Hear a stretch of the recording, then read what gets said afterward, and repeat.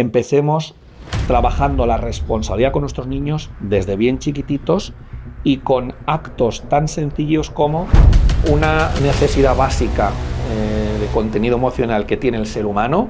No hablo de niños, hablo del ser humano, niños, adolescentes y adultos. Ese es el problema, ese es el problema. Es decir, a nadie le gusta estar triste, a nadie le gusta sentir miedo. El tema de las redes sociales no era para nada lo que es ahora y digo, qué suerte. Antes había otros valores. ¿Qué es para Rafa Guerrero lo que de verdad importa? Bueno, lo que de verdad importa son los... Estamos con Rafa Guerrero, que estamos felices de tenerte en nuestro podcast. Te queremos contar un poquito, ¿vale? El porqué del nombre, que además nos viene pues fenomenal para empezar a desarrollar esta conversación contigo. Hemos decidido, después de darle muchas vueltas, llamar al podcast En esta vida loca, para decir a continuación, vamos a sentarnos, ¿no?, a hablar, a frenar un poco y a hablar sobre cosas que de verdad importan, ¿no? Pues un poco desde la coherencia y desde la normalidad.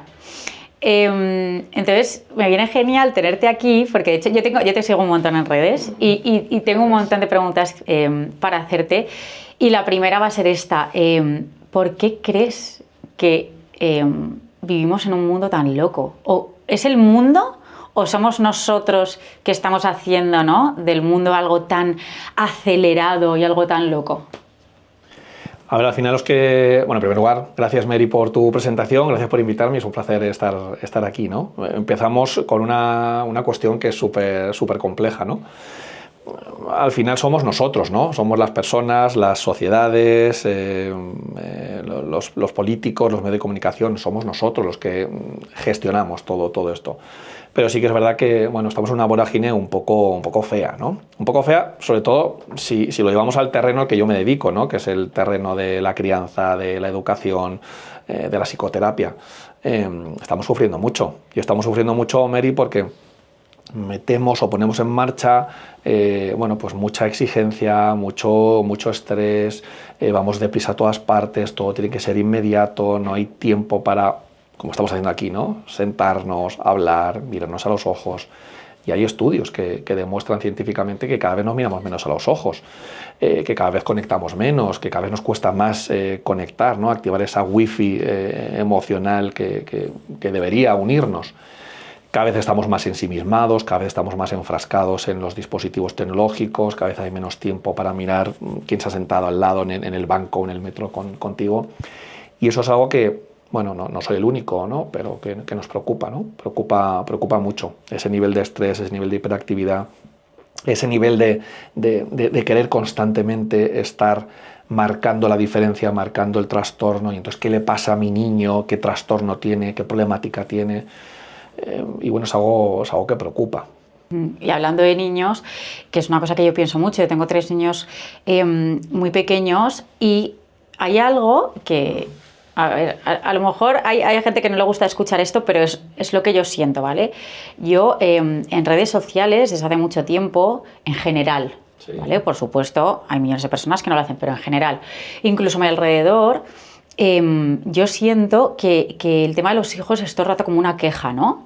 Toda la gente está todo el rato como quejándose de los niños, y todo es como un problema. Incluso alguien te dice, oye, es que me he quedado embarazada o nos hemos quedado embarazados tal, y es, ¡puf! ¡Madre mía! Que sí, ¡párate! Que normalmente es una broma y yo no dudo que todo el mundo, sí, lo que más quiere en el planeta es a sus hijos, ¿no? Pero quizás es una moda, quizás nos hemos metido, y a mí es una cosa que me espanta, o sea, no puedo entender que sea esa moda, ¿no?, de quejarse todo el día a los niños. Sobre todo porque creo que los niños muchas veces estén también acelerados o estén más alterados, es culpa nuestra.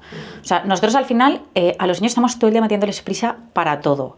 Al final nosotros mismos estamos estresados. Con el teletrabajo, ¿no?, muchas veces a lo mejor tienes niños pequeños en casa y tú estás trabajando y claro, el niño no quieres pues que esté molestándote porque tú estás trabajando, pero no es culpa del niño. O sea, realmente nosotros en la fundación lo que siempre pensamos es ¿qué es más importante? ¿El mundo que dejamos a nuestros hijos o los hijos que dejamos en este mundo, ¿no? Y creo que es una reflexión que hay que hacer porque muchas veces somos nosotros los que estamos creando en los niños como esa cosa, no mala, pero bueno, esa hiperactividad, ese estrés, ¿no? Uh-huh.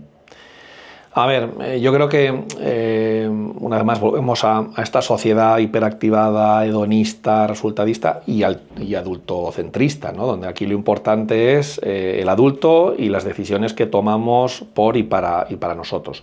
Y los niños, desgraciadamente, quedan relegados, cuando son los más vulnerables, ¿no?, de nuestra sociedad. Aparte de nuestras personas mayores o de las personas que tengan determinadas problemáticas, nuestros niños son los más vulnerables. Pero ni creamos una sociedad pensando en nuestros niños, ni creamos barrios pensando en nuestros niños, ni les tenemos en cuenta, ni les preguntamos. Es cierto que, lo que se conoce como crianza es algo muy exigente, desde luego. Y entonces es normal que nos frustremos, es normal que nos dé miedo, porque no sabemos si lo vamos a hacer bien, si lo vamos a hacer mal. Es normal que determinados aspectos del desarrollo o del crecimiento de nuestros hijos nos generen pequeños duelos o grandes duelos. Y eso es completamente normal. El problema, Mary, es no tener estrategias para gestionar todo esto. Y es verdad que venimos, ¿no?, de generaciones donde esa parte emocional, la importancia del vínculo, la importancia de la relación, bueno, pues no siempre ha sido tenida en cuenta. Entonces, bueno, pues es difícil. La crianza es muy difícil, es muy exigente, es muy esclava en muchos aspectos. Y ni nosotros como personas individuales tenemos recursos, pero es que tampoco nos encontramos con un Estado, con un gobierno, con unas instituciones y recursos, mejor dicho, instituciones que nos den esos recursos para poder hacer todo esto bien. Tampoco tenemos tiempo, es decir, ni tenemos estrategias, pero es que tampoco tenemos tiempo para hacer estos vínculos sanos con nuestros niños.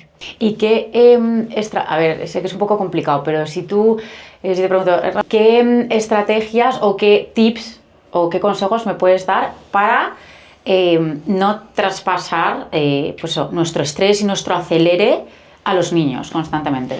A mí me parece que es muy difícil, Mary. Muy difícil que no podamos traspasar nuestro estrés, nuestras preocupaciones, nuestros miedos, nuestros momentos de frustración a nuestros hijos. Yo diría que es imposible. ¿Por qué? Bueno, pues porque somos seres vinculares y porque nuestros niños nos ven que estamos enfadados o estresados en el trabajo, que hemos tenido un conflicto con nuestra pareja, que vamos deprisa y corriendo a todas partes.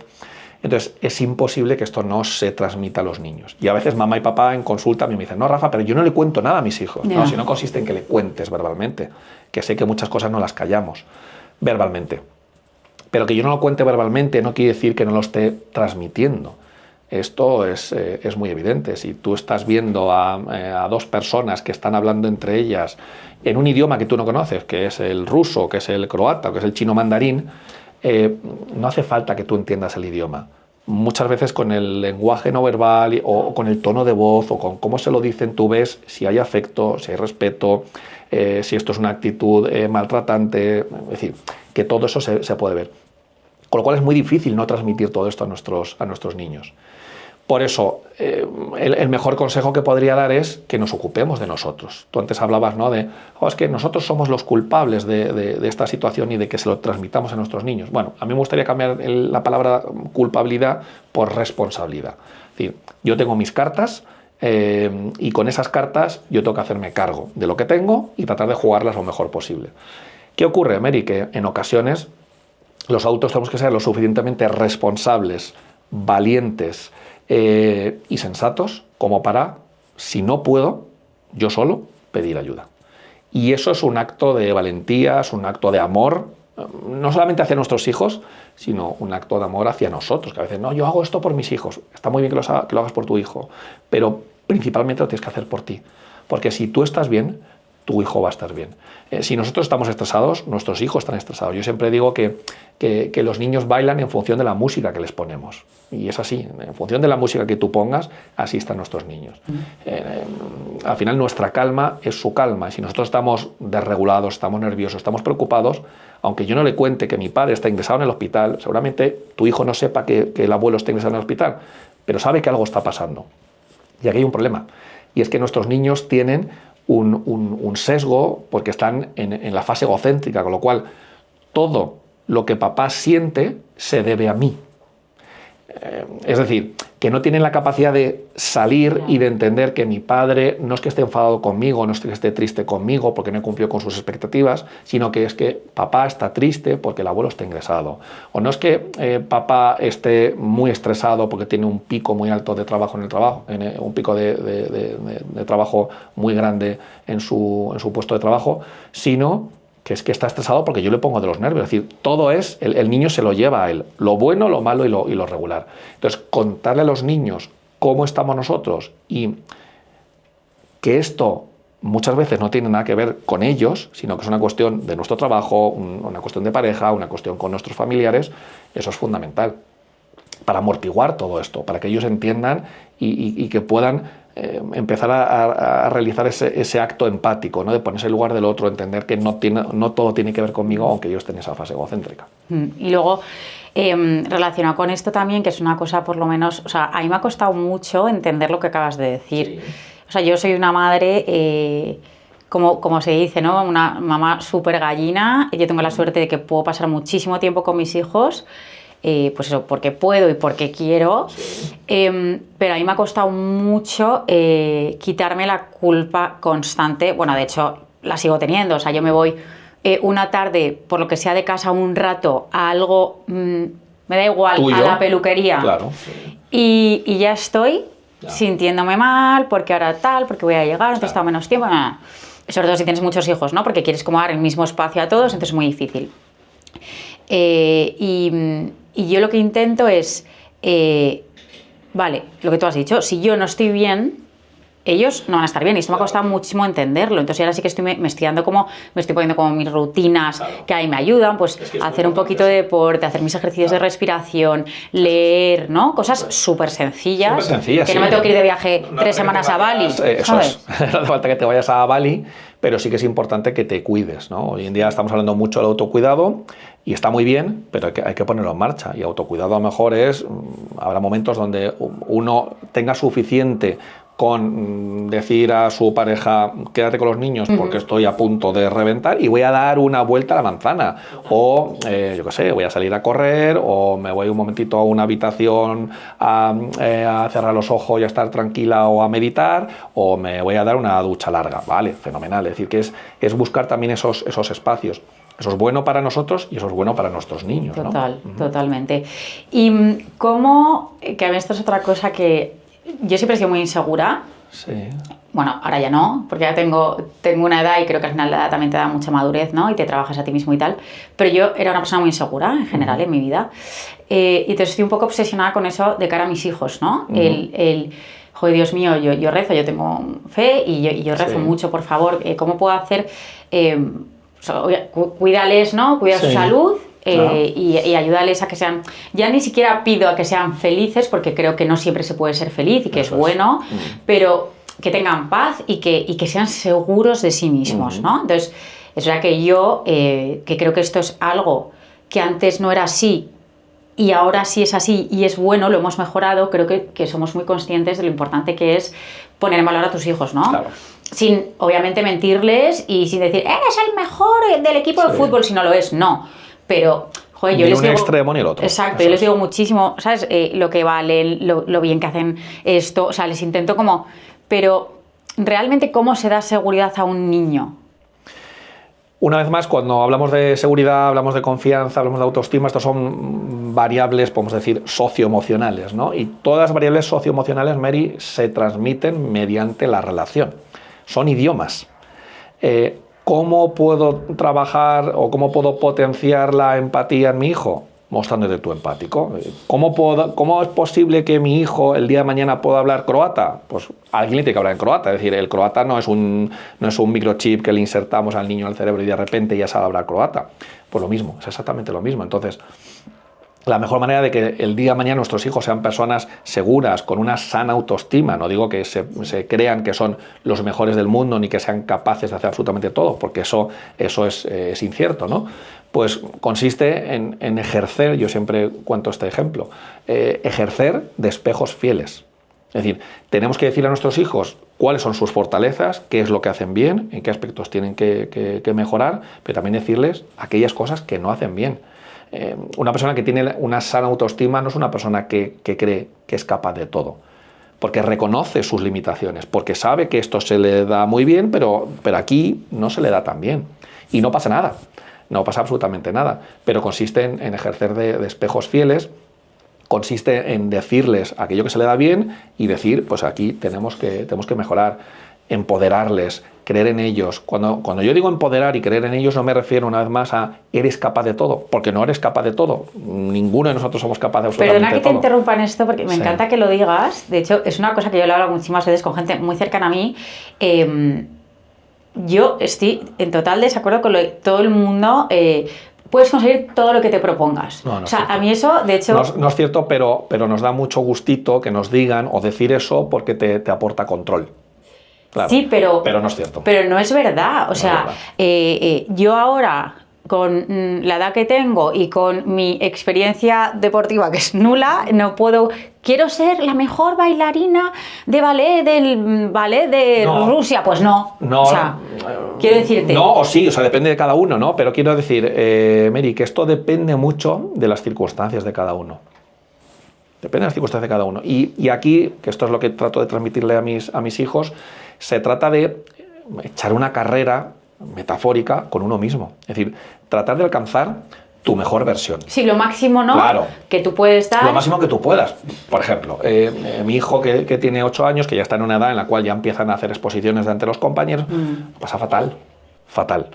No le gusta nada, siente muchísima vergüenza y todo esto es legítimo. Bueno, pues yo tengo la suerte de poder disfrutar, de dirigirme a un público, de hablar delante de muchas personas, pero yo vengo de esa situación, yo lo pasaba fatal, sentía muchísima vergüenza. Entonces, el objetivo no consiste en que lo haga a las mil maravillas, que saque un 10, no, el objetivo consiste en que lo haga lo mejor que pueda con la situación que tenemos ahora con 8 años. Cuando tenga 10 seguramente lo haga mejor que cuando tenía 8. Y seguramente la cosa vaya mejorando, pero con unas expectativas que sean alcanzables. Claro. Alcanzables. Claro. No podemos pretender que no, tú tienes que... ¿no? El tienes y el debe, cuidado con esos verbos, ¿no? El verbo tener y el verbo deber, cuidado, porque te generan muchísima presión, muchísimo estrés, como hablábamos antes. Entonces, vamos a intentar mejorar, pero te comparas contigo mismo. Exacto. Contigo mismo, ya está. Y hay determinados aspectos o tareas de nuestro día a día, Mary, que consisten en sacarlos adelante. Es decir, es que no tienes por qué disfrutar de exponer en público, no tienes por qué disfrutar de las matemáticas, ni tienes por qué disfrutar del deporte, no es una obligación. Que sería fantástico si lo disfrutaras, ¿no? A mí me encantaría que me gustaran las gambas, pero no me gustan las gambas, ¿no? Es decir, que sería fantástico, pero no es así. La realidad es que esto te cuesta, esto no te gusta, esto te desmotiva. Pues vamos a sacarlo adelante como buenamente podamos, con esfuerzo, sacando la mejor versión de ti y entendiendo que no siempre vas a poder sacar la mejor versión de ti, como podamos. Y habrá otras cosas que se te den muy bien y encima te gusten mucho. Bueno, pues ahí vas a rendir a mí maravillas. Y seguramente esto que te gusta y se te da muy bien, seguramente tenga que ver con algo que el día de mañana te vas a dedicar a ello, ¿no? Sea danza, sea música, sean matemáticas, o sea ayudar a los demás. Pero que no podemos ser todopoderosos y saber absolutamente todo, ¿no? Que este mensaje que es muy de abuela de ¡ay, cariño mío! Es que qué niño más guapo, qué niño más listo, y es que tú vas a conseguir todo lo que te plantees en esta vida. No, porque ahí no estamos ejerciendo de espejos fieles. Es peligroso. Y fíjate, Mary, que esto me lleva a algo que tiene que ver con esto que estamos hablando, y es empecemos trabajando la responsabilidad con nuestros niños desde bien chiquititos y con actos tan sencillos como que cada vez que nuestros hijos se equivocan ellos.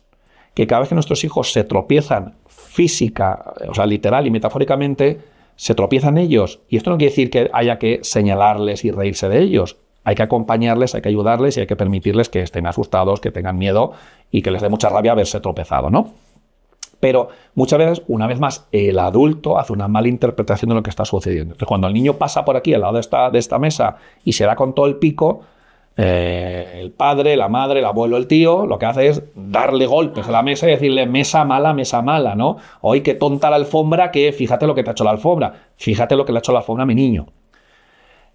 Ese es el comienzo de empezar a echar balones fuera. Ese es el comienzo de que luego cuando tengan 8, 10, 12, 15 o 29 años nunca la culpa es mía, nunca la responsabilidad es mía, esto es culpa de los demás, no he conseguido este trabajo, y entonces no somos capaces de ser conscientes de nuestras limitaciones, porque siempre me han dicho que yo tengo todo lo bueno, soy el más guapo, el más simpático, el más divertido, el más capaz y el que siempre consigue lo que se propone, y cuando las cosas no me van bien es porque alguien me ha puesto la zancadilla, y que alguien te va a poner la zancadilla en tu vida, seguro, pero también hay que asumir nuestros errores y que no pasa nada. Y también tenemos que aprender a gestionar nuestras frustraciones y tenemos que aprender a gestionar el silencio y tenemos que aprender a gestionar, cuando las cosas no nos salen bien, que eso es parte de la vida. No nos gusta, pero es tan importante como las fiestas y la alegría y pasarlo bien. Total. Y esto a lo mejor también puede ir un poco hilado al tema de que yo no paro de oírlo constantemente y te prometo que todavía no sé lo que es.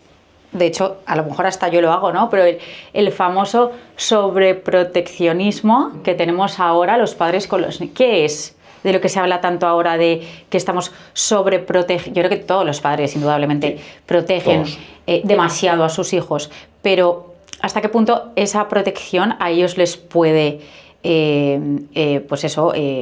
afectar en negativo, ¿no? Seguro. O sea, Seguro. ¿qué es ese sobreproteccionismo del que se habla hoy? A ver, una necesidad básica de contenido emocional que tiene el ser humano, no hablo de niños, hablo del ser humano, niños, adolescentes y adultos, es la necesidad de ser protegido.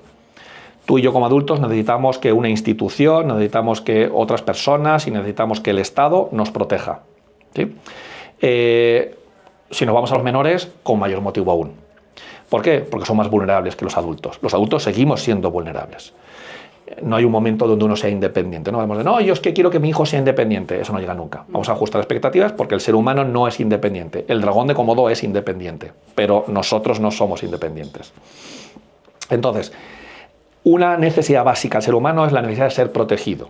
Pero la protección justa y en su equilibrio está aquí a la mitad. Un extremo sería la negligencia, cuando los adultos no somos capaces de dar esa protección que el menor necesita, y si nos vamos al otro extremo opuesto nos encontramos con sobreprotección. Ahora, la mayoría de la gente dice que la sobreprotección es un exceso de protección, y yo no estoy de acuerdo. Para mí la sobreprotección es un acto, es una actitud, ¿no?, que lleva a cabo un adulto, que puede ser una mamá, un papá, puede ser un abuelo o puede ser la maestra, que lleva a cabo un adulto en el cual se ha desconectado el adulto de la wifi que tiene el chiquitín. Me explico. Un chiquitín que necesita ser protegido o que no necesita ser protegido porque está en el parque, porque está con sus amigos, resulta que el adulto de referencia ante este chiquitín que en el parque se ha caído, pero no se ha asustado, el adulto lo que hace es asustarse mucho más de lo que se asusta el chiquitín. Entonces, la persona que está sobreprotegiendo está conectando más con sus miedos, con sus frustraciones, con su historia y con sus traumas, que encendiendo la wifi y conectando con el chiquitín. ¿Cuándo sé si tengo que proteger o no? Muy sencillo. Cuando activas la wifi, cuando conectas con el cerebrito, con la circunstancia de tu hijo de 3, de 5 o de 14 años, o de tu pareja de 39, me da igual, y entonces te pones en su lugar. Si el otro necesita ser protegido, le proteges, pero si el otro está bien o necesita espacio o necesita autonomía, es decir, le das aquello que necesita, no aquello que a ti te gustaría que a ti te dieran en su circunstancia o lo que tú deseas o tu expectativa. Por eso la sobreprotección no es proteger de más. La sobreprotección consiste en desactivarte, en quitar esa wifi que te permite saber lo que tu hijo realmente necesita. Es un problema del adulto, no es un problema menor. Entonces, ¿qué consecuencias tiene eso?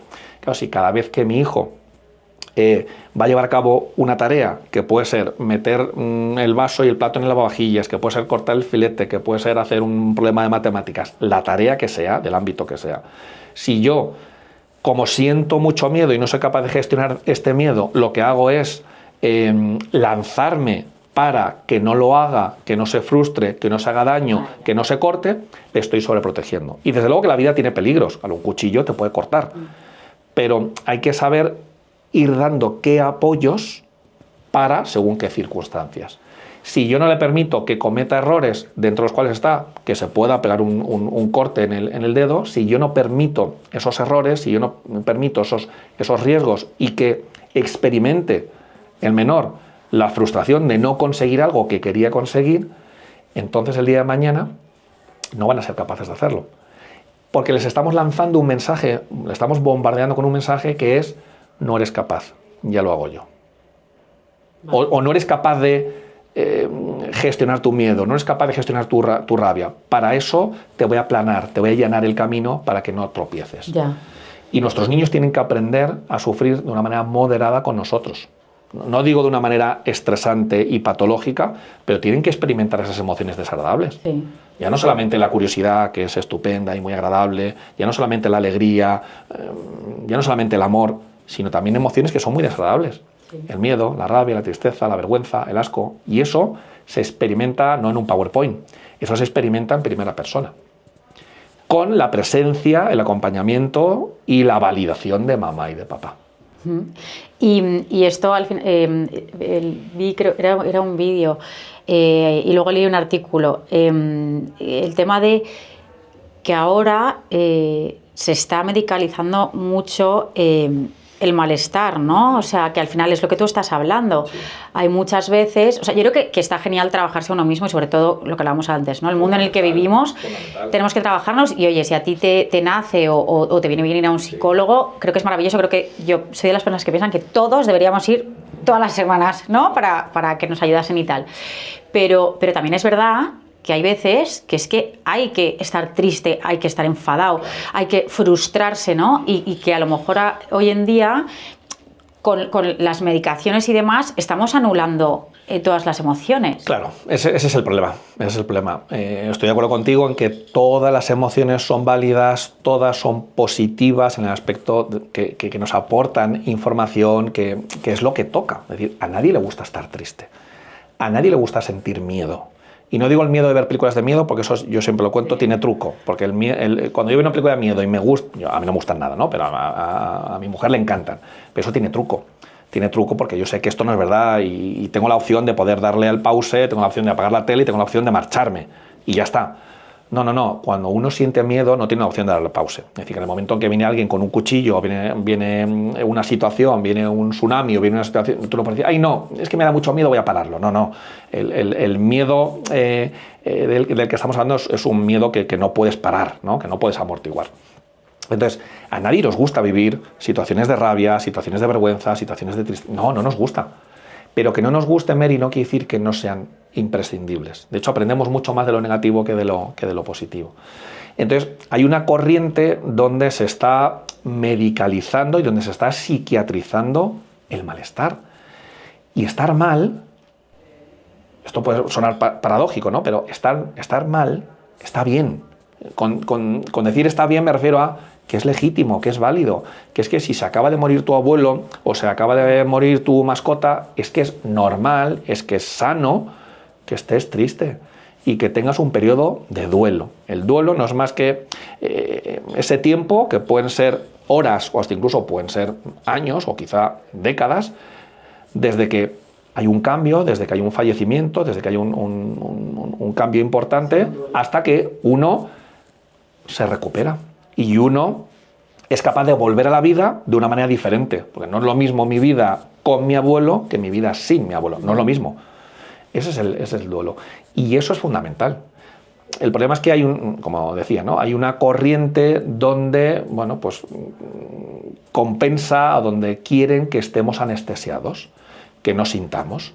Y bueno, traigo a colación ahora, que no sé si luego me vas a preguntar o no, los dispositivos tecnológicos. Lo único que hacen los dispositivos tecnológicos, no digo el uso, hablo del abuso del dispositivo tecnológico, es anestesiarnos.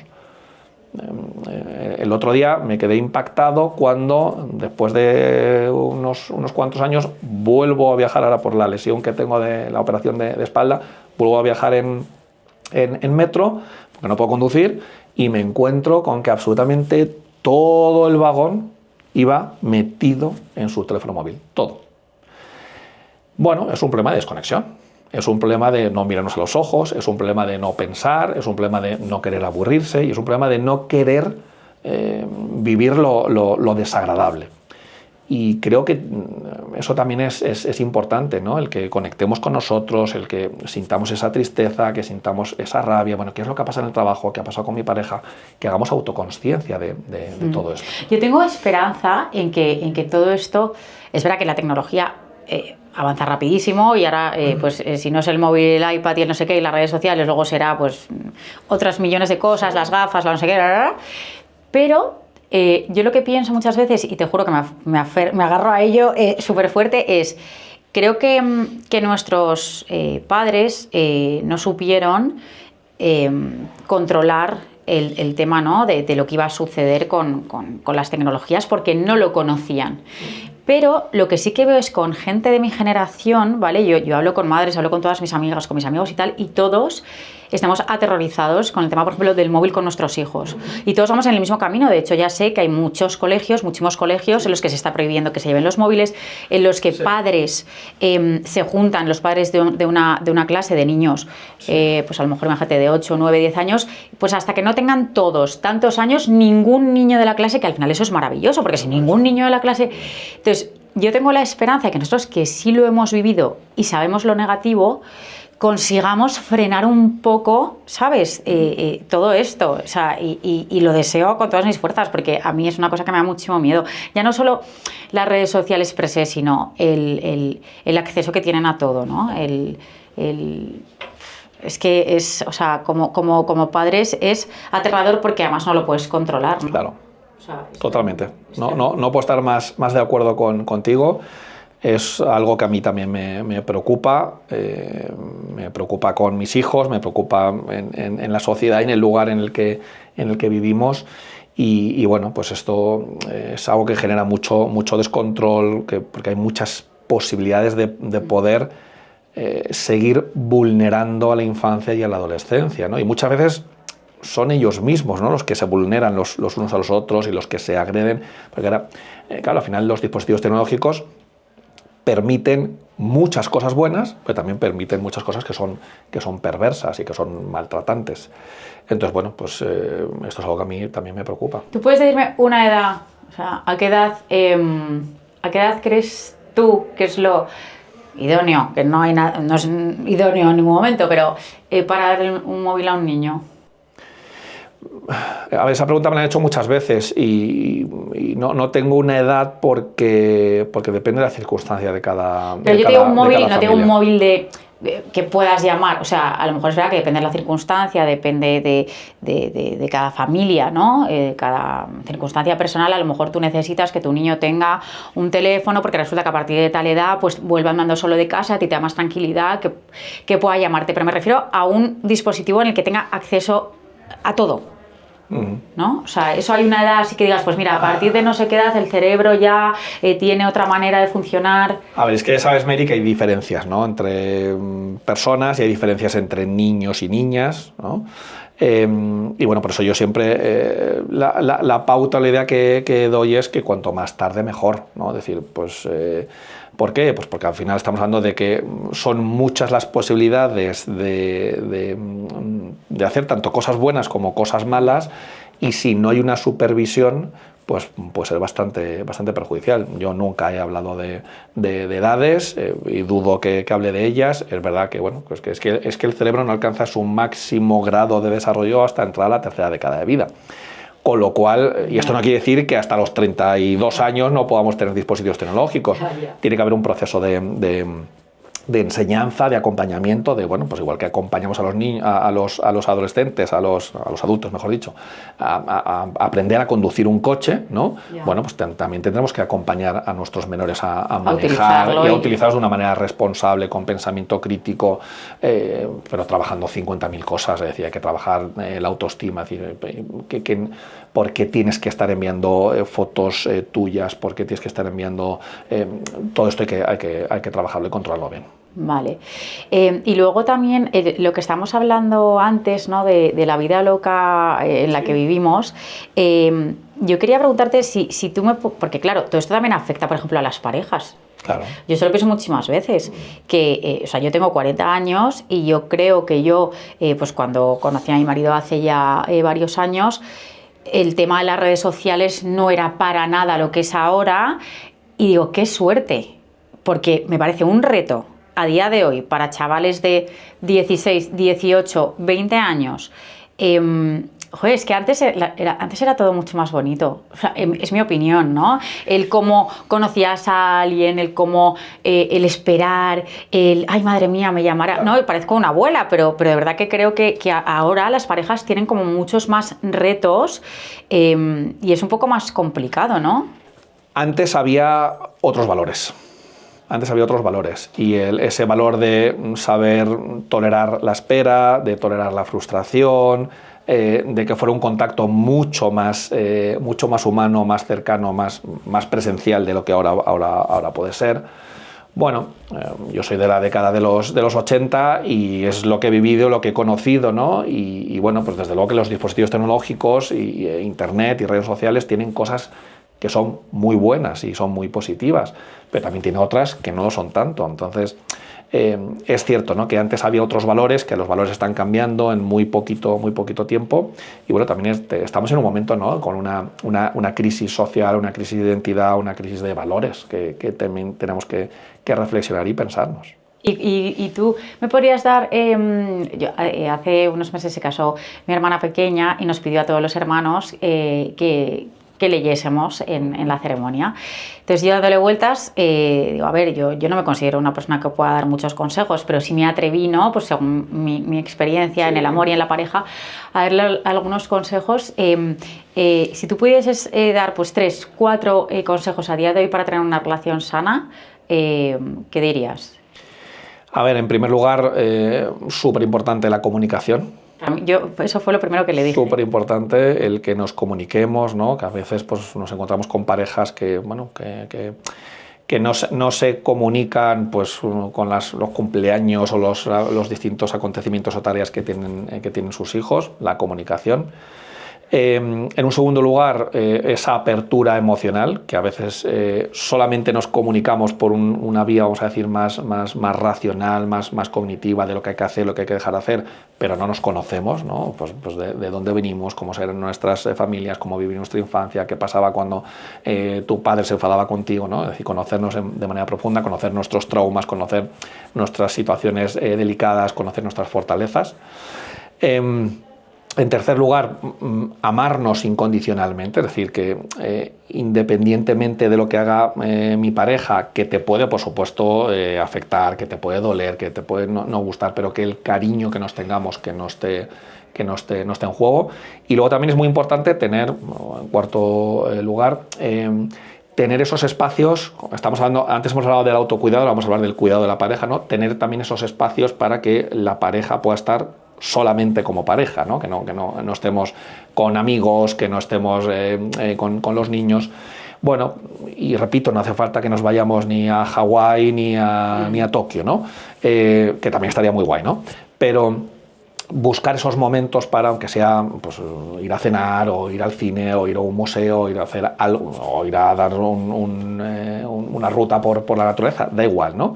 Pero esos momentos de conexión donde ni siquiera es necesario que estemos constantemente hablando. Muchas veces con el silencio pues estamos transmitiendo que estamos a gusto, que a veces cuando hay silencios como que todo el mundo está hablando, no vaya a ser, ¿no?, que eso nos incomode. Entonces buscar esos planes que nos puedan unir, que donde podamos estar tranquilos, donde podamos conversar, donde podamos estar en silencio, y eso, el cuidar la pareja, el cuidarnos el uno al otro y el cuidar la pareja es imprescindible.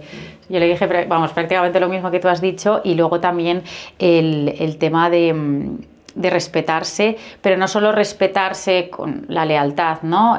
Sino que parece una tontería, pero es que el gritarte, ¿no?, el hablar mal, que a veces es inevitable, pero intentar hacerlo lo menos posible, porque es verdad que cuando faltas al respeto a la otra persona, ahí se apagan muchas cosas, ¿sabes? Entonces yo creo que al final es todo lo mismo, al final son todo un poco valores, ¿no? ¿Cuáles dirías que son para ti los valores más importantes para que una persona, para la integridad de una persona, ¿no? Porque al final los valores son los cimientos. Nosotros en la Fundación pues, nos dedicamos a difundir valores porque creemos que realmente lo que sustenta a las personas son sus valores, ¿no? Y que los valores además son universales. Claro. ¿Cuáles tú crees que son los valores más importantes? Para mí el fundamental, y no tengo ninguna duda, es el respeto. Y tenemos una crisis de respeto muy, pero que muy grande. Cada vez lo diferente nos cuesta más, nos genera más miedo, nos genera más rechazo, y eso es un problema muy, muy grande. Da igual que hablemos de política, que hablemos de religión, que hablemos de fútbol, que hablemos de la tercero A y tercero B, da igual, ¿no? Es decir, cada vez hay una brecha más grande entre el nosotros y el ellos. Y eso me preocupa bastante. Consiste en respetar, en redes sociales esto se ve, ¿no? Se ve muy fácilmente que cualquier persona que opine diferente a mí tengo todo el derecho del mundo a poder criticarla y a poder ningunearla y a poder decir absolutamente cualquier barbaridad, ¿no? Yeah. El respeto sería una de ellas. En segundo lugar, que va muy de la mano del respeto, es la empatía, ¿no? La capacidad de poder ponerme en el lugar del otro y entender que a lo mejor lo que ha hecho tu pareja o lo que ha hecho tu vecino o lo que ha hecho tu compañera de trabajo sería algo que tú no hubieses hecho, pero es que no hablamos de ti, hablamos del otro, ¿no? A lo mejor en sus circunstancias, pues ella o él es lo que cree que es mejor. Y luego otro valor que para mí es muy importante es el amor, es el cariño, que eso es lo que nos une, ¿no? Totalmente. A diferencia del miedo, a diferencia de la rabia, bueno, el amor. Cuando una persona está triste, el amor, el respeto y la empatía hacia esa persona es lo que va a hacer que poquito a poco vaya saliendo de ese túnel o de ese hoyo en el que está metido. Al final el amor salva. Totalmente. Salva. El estar solo, sentirse solo, no tener esos vínculos, no tener un hombro donde llorar, eso es lo que al final te hunde mucho más, ¿no? en esa circunstancia que estás viviendo. Totalmente. Y hablando del respeto y la empatía y tal, hay una cosa que es que a mí, te lo juro que además cada vez lo escucho más en programas de tele y en cosas, ¿no? Que es el defender que tú has dicho algo porque es lo que piensas. O sea, es como que ahora, no, a ver, es que yo he sido muy sincera, yo he dicho lo que yo pensaba. Ya, pero es que no siempre tienes que decir lo que piensas, ¿no? O sea, eso forma parte también del respeto y de la empatía. Si yo te pregunto, oye, ¿qué piensas de esto que he hecho en el trabajo? Ok, dame tu opinión sincera, no me mientas, ¿no? Sobre todo si me quieres. Pero el ir diciendo por ahí a todo el mundo sin que te lo pregunte lo que a ti te da la gana, en negativo, ¿no? Estoy hablando, porque tú eres muy sincero, ¿verdad? ¿No te parece que hay como una moda también de esto? Sí, que dices, pero bueno, es que eso es una falta de respeto, ¿no? Eso es una falta de respeto, claro. O sea, en el momento que tú no me tienes en cuenta y solamente te tienes en cuenta a ti porque tú eres súper sincera y siempre dices las cosas como son, bueno, pues a lo mejor tu sinceridad acaba cuando aparece mi sensibilidad, aparece mi libertad y mi derecho para sentirme de esa manera y para que tú me digas a mí lo que yo tengo que hacer. Y eso es otra de las problemáticas que tenemos en esta sociedad, ¿no? El decir, bueno, pues que yo tengo derecho a opinar. Bueno, evidentemente tú tienes derecho a opinar, pero no bajo cualquier circunstancia. Tú puedes opinar siempre y cuando sea de una manera respetuosa y siempre y cuando alguien te haya pedido opinión, ¿no? Que estamos muy enfocados y muy enfrascados en dar opinión sobre lo que les ocurre, lo que hacen los demás, y nos desocupamos de nosotros. No deja de ser una manera de desconectarnos una vez más de nosotros para poder entretenernos con otras cosas que nada tienen que ver con nosotros. Vamos a ocuparnos de nosotros, vamos a ser respetuosos y vamos a tratar de tender la mano hacia las personas que realmente lo necesitan. Total. Vale, y luego te quería decir, que me lo he apuntado por aquí, como desbloquear algunos mitos, ¿no? Cosas que hemos escuchado durante muchos años, sí. y quiero que me digas lo que piensas, o bueno, lo que piensas, o la realidad, ¿no? Sí. Científica, psicológica de todo esto. ¿Es verdad que antes de los 3 años no recordamos nada? ¿No hay recuerdos? Es cierto que antes de los 3 años, aproximadamente, no hay recuerdos conscientes, o hay muy poquitos recuerdos conscientes, ¿vale? Recuerdos conscientes, recuerdos narrados, es decir, que alguien pueda decir, que se da, pero no es lo habitual, que alguien por debajo de los 3 años recuerde perfectamente cómo sucedió esto. ¿Por qué? Porque una estructura de nuestro cerebro que se llama el hipocampo aún no está suficientemente desarrollada hasta los 3 años. A partir de entonces aparece esa memoria explícita y narrativa. Ahora, que yo no recuerde conscientemente por debajo de los 3 años, esa es la norma, eso es lo habitual, pero eso no quiere decir que nuestro cuerpo, que nuestro cerebro esté recogiendo información. Y emociones, ¿no? Eso es. Emociones, momentos de rabia, momentos de tristeza, momentos de vacío, momentos de sentirme incomprendido. Y todo eso no se queda, vamos a decir, inscrito en algo como desarrollado y narrado, pero se quedan en sensaciones, se quedan en emociones, se quedan en necesidades que fueron o satisfechas o no satisfechas, es decir, para lo bueno y para lo malo. Pero es cierto que, aunque no tenemos una memoria explícita por debajo aproximadamente de los 3 años, sí que nuestro cuerpo guarda absolutamente todo. Por eso un bebé que no va a poder explicar ni va a poder narrar dentro de unos años lo que vivió con 6 meses, pero su cuerpo sí que lo guarda. Y esa sensación de sentirse querido la guarda, y esa sensación de sentirse rechazado y que constantemente le estemos gritando, también la guarda. Guarda todo, lo bueno y lo malo. Por eso es tan importante, no solamente a partir del parto, las primeras semanas, primeros meses, sino también el periodo prenatal, que se nos olvida siempre el periodo prenatal.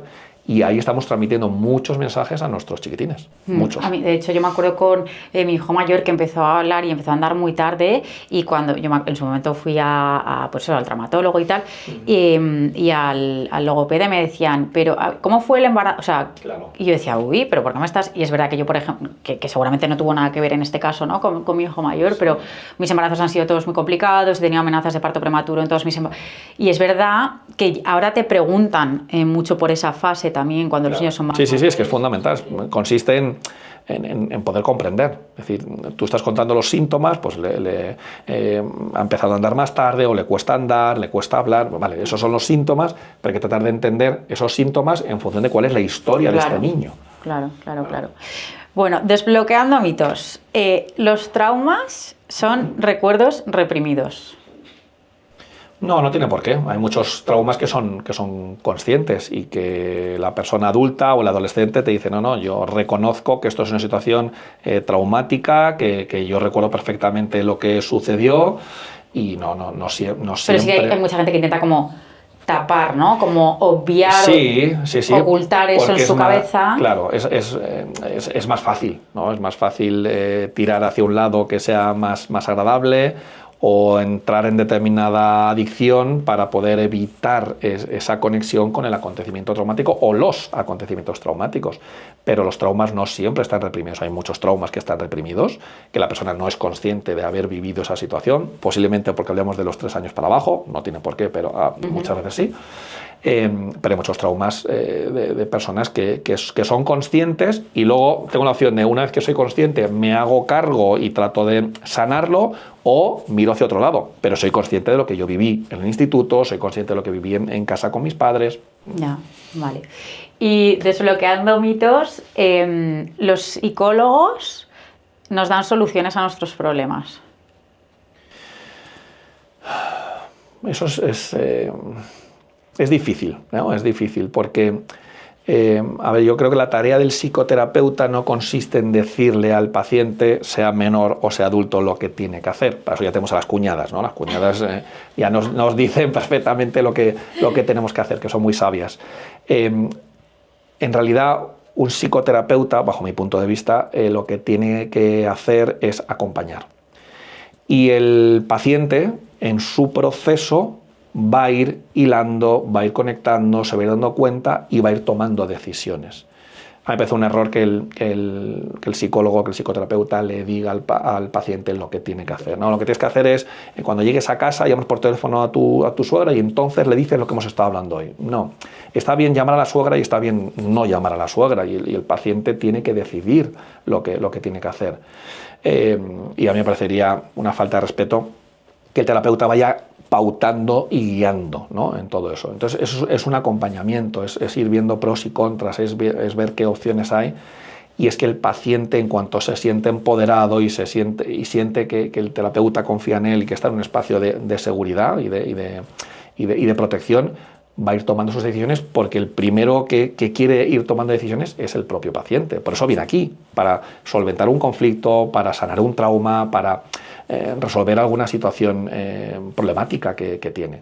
Entonces, no creo que el psicólogo tenga que, bueno, no digo que jamás en la vida deba hacerlo, pero que no debería ser el modus operandi de un psicólogo, el decirle al paciente lo que tiene que hacer y el solucionar sus problemas. Le va a acompañar en esa solución de problemas, pero estas son decisiones que tiene que tomar el propio paciente. Vale. Y ya por último, ¿qué es para Rafa Guerrero lo que de verdad importa? Bueno, lo que de verdad importa son los valores. Son los valores. Valores como el amor, el cariño, la empatía, el entender que somos diferentes y que eso es maravilloso y que nos enriquece y que nos genera mucha curiosidad, aprendizajes y relaciones, ¿no? muy bonitas. Creo que si vamos por la vida con esta perspectiva, ¿no? de apertura y, bueno, como dice mi buena amiga Marian Rojas Tapé, con esa idea de estar abierto, ¿no? a lo que pueda pasar, te ocurren cosas maravillosas y conoces a personas que son maravillosas. Repito que estamos en una crisis grande, una crisis de valores, con pocas brújulas y con mucho caos y mucha niebla. Y para mí lo que verdaderamente importa son esos valores que transmitimos a nuestros niños, valores, como os decía, ¿no? del amor, del cariño, de la presencia, el respeto, la diferenciación. Somos diferentes en 50.000 cosas y eso nos hace más atractivos, ¿no? Genial. Pues muchas gracias, Rafa. A ti, ha sido un gusto hablar contigo. Muchas gracias.